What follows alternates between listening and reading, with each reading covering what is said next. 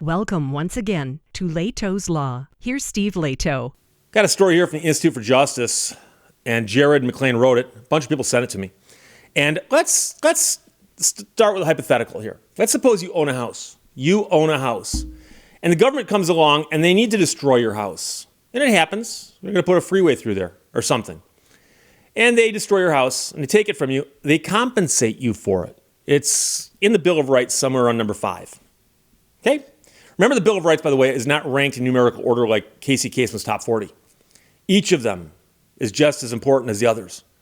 So the fact that it's the Fifth Amendment doesn't make it less important than the 4th, 3rd, 2nd, or 1st. But what if they destroyed your house and said, no, we don't have to pay for that? You go, wait. They got to pay you for that. Well, you'd think so, but under certain circumstances, no. And this is where it gets crazy. So Jared writes, everyone knows to check that they're in the right place when arriving someplace new. I don't know, check the address. Maybe look for an address or distinguishing features of the property.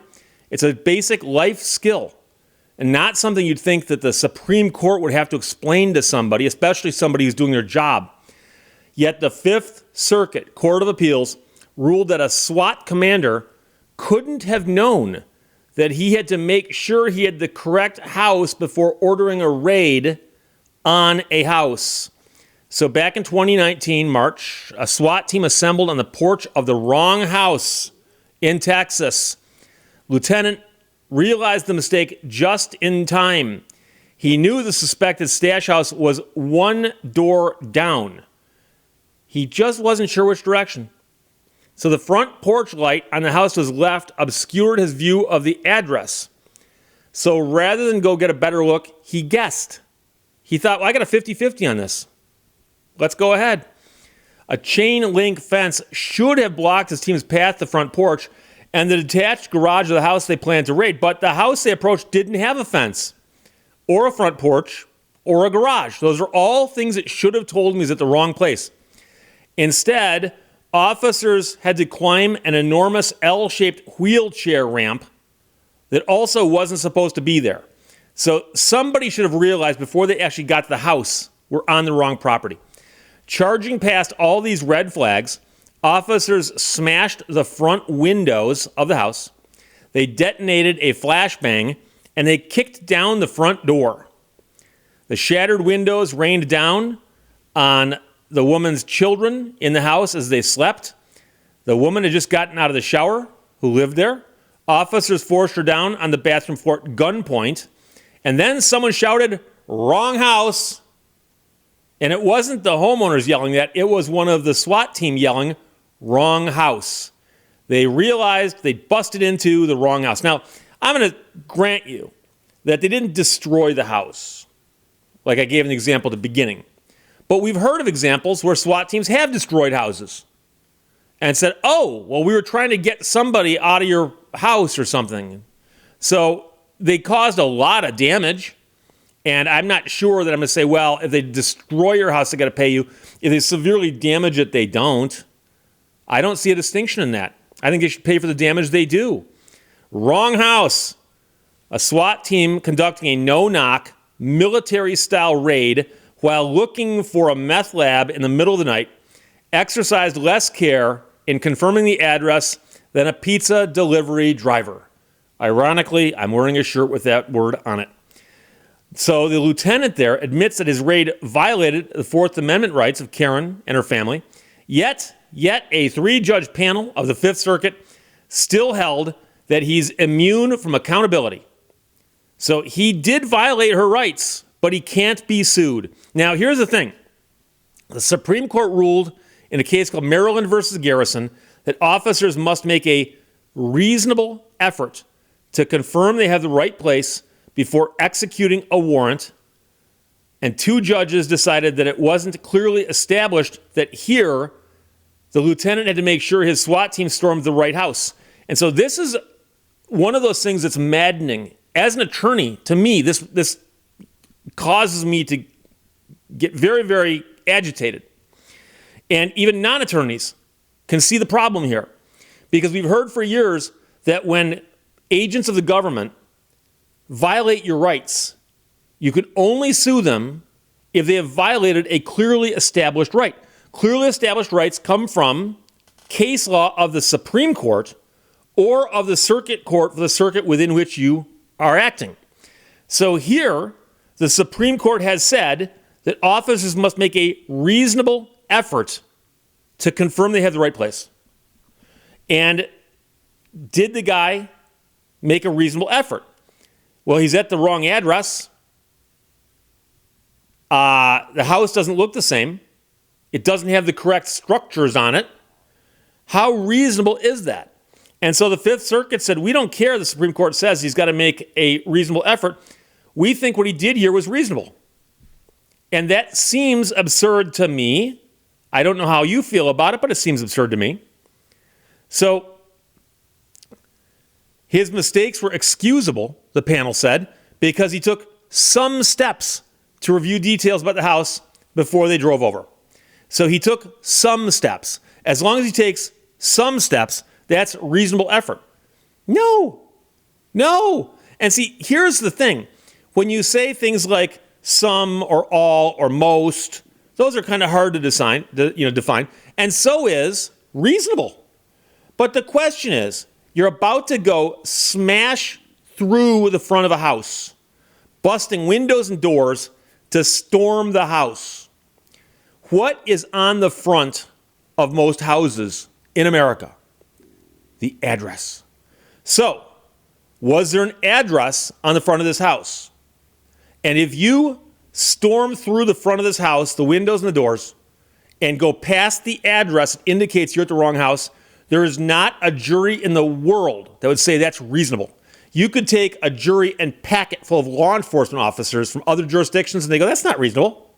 That's absurd. That's absurd. So he took some steps. The panel's decision departs from previous Fifth Circuit precedent and 4 other circuit courts that have ruled that Garrison, the Supreme Court case, is the law of the land and should be followed. And so the decision here departs from that and common sense. And something, what's funny is a lot of people, when they find out I'm an attorney, go, oh, tell me about this. And I'll start telling them something, and I'll start explaining something. And sometimes I've had people say, Steve, when are you going to get to the law? And I go, well, you understand that a lot of what happens in the courts, for instance, just involves things that happen to us in real life. And the law is important. But sometimes there's stuff out there that almost transcends the law. Just obvious common sense stuff. And the notion that I command a bunch of people wearing body armor, carrying heavy duty stuff, and we're about to storm this house because we're trying to bust up this criminal operation, and we're not going to check the address. You'd go, what? What? Now, that's one where you say, oh, okay. At that point, what laws are we looking at? But you understand that the real powerful part of this, if you were an attorney arguing this to a jury, you don't start with the law. You start with those facts. Those facts are so good, they barely need law, except apparently in the Fifth Circuit, which is crazy that the circuit court there said, well, they took some steps, therefore that's reasonable. Some steps.